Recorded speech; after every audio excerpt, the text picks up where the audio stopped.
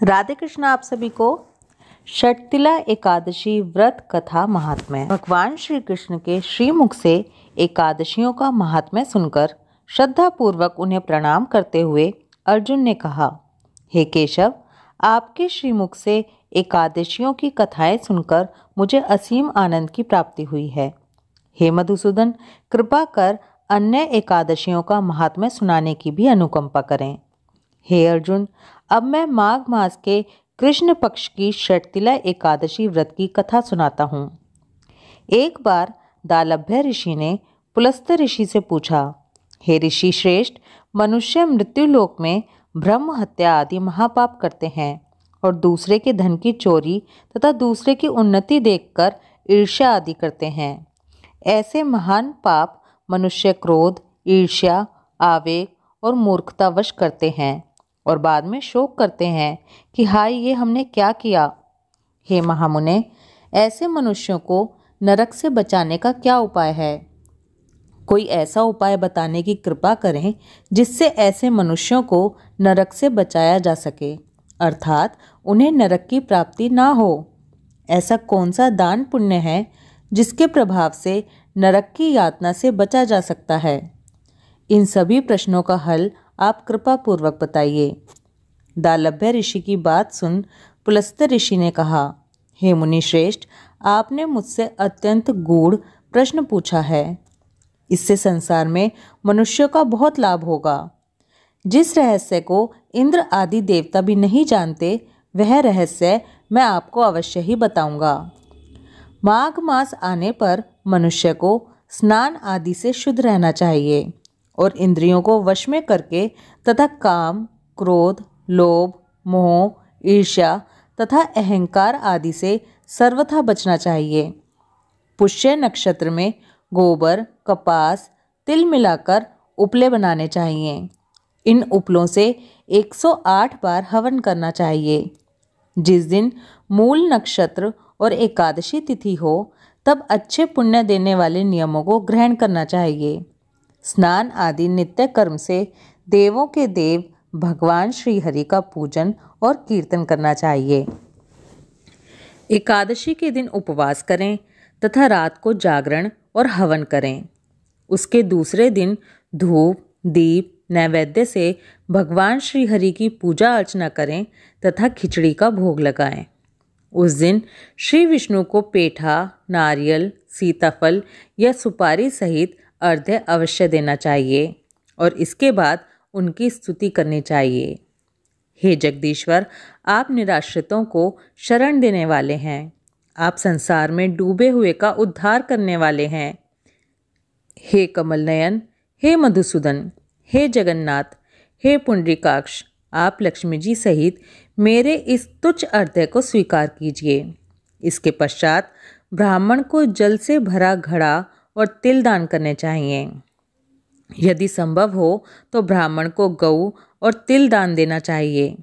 इस प्रकार मनुष्य जितने तिलों का दान करता है, वह उतने ही सहस्त्र वर्ष स्वर्ग में वास करता है।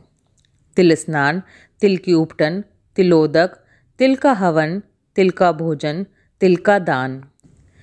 इस प्रकार 6 रूपों में तिलों का प्रयोग षटतिला कहलाती है। इससे अनेक प्रकार के पाप नष्ट हो जाते हैं। इतना कहकर पुलस्त ऋषि ने कहा, अब मैं एकादशी की कथा सुनाता हूँ। एक बार नारद मुनि ने भगवान श्री हरि से षटतिला एकादशी का महात्म्य पूछा। वे बोले, हे प्रभु, आप मेरा प्रणाम स्वीकार करें। षटतिला एकादशी के उपवास का क्या पुण्य है? उसकी क्या कथा है? कृपा करके मुझसे कहिए। नारद जी की प्रार्थना सुन भगवान श्री हरि ने कहा, हे नारद, मैं तुम्हें प्रत्यक्ष देखा एक सत्य वृतांत सुनाता हूँ। बहुत पहले मृत्युलोक में एक ब्राह्मणी रहती थी। वह सदा व्रत उपवास किया करती थी। एक बार वह 1 मास तक उपवास करती रही। इससे उसका शरीर बहुत कमज़ोर हो गया। वह अत्यंत बुद्धिमान थी। फिर उसने कभी भी देवताओं तथा ब्राह्मणों के निमित्त अन्न आदि का दान नहीं किया। मैंने चिंतन किया कि इस ब्राह्मणी ने उपवास आदि से अपना शरीर तो पवित्र कर लिया है तथा इसको वैकुंठ लोक भी प्राप्त हो जाएगा, किंतु इसने कभी अन्नदान नहीं किया है। अन्न के बिना जीव की तृप्ति होना कठिन है। ऐसा चिंतन कर मैं मृत्युलोक में गया और उस ब्राह्मणी से अन्न की भिक्षा मांगी। इस पर उस ब्राह्मणी ने कहा, हे योगीराज, आप यहाँ किस लिए पधारे हैं? मैंने कहा, मुझे भिक्षा चाहिए।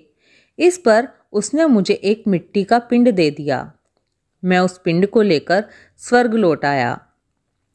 कुछ समय बाद वह ब्राह्मणी शरीर त्याग कर स्वर्ग को आई।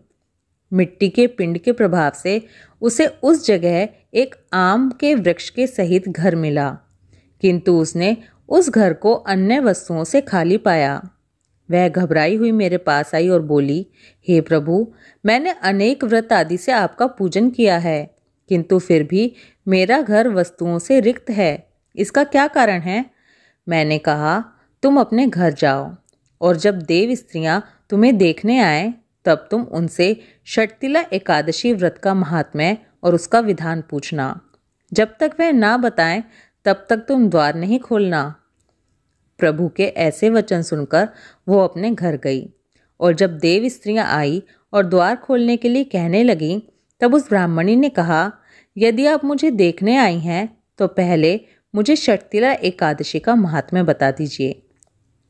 तब उनमें से एक देव स्त्री ने कहा, यदि तुम्हारी यही इच्छा है तो ध्यान पूर्वक श्रवण करो। मैं तुमसे एकादशी व्रत और उसका महात्म्य कहती हूँ। जब उस देव स्त्री ने षटतिला एकादशी का महात्म्य सुना दिया तब उस ब्राह्मणी ने द्वार खोल दिया। देव स्त्रियों ने ब्राह्मणी को सब स्त्रियों से अलग पाया।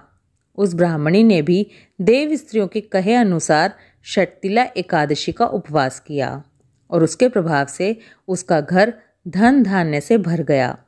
अतः हे पार्थ, मनुष्यों को अज्ञान को त्याग कर षटतिला एकादशी का उपवास करना चाहिए। इस एकादशी व्रत के करने वाले को जन्म जन्म की निरोगता प्राप्त हो जाती है।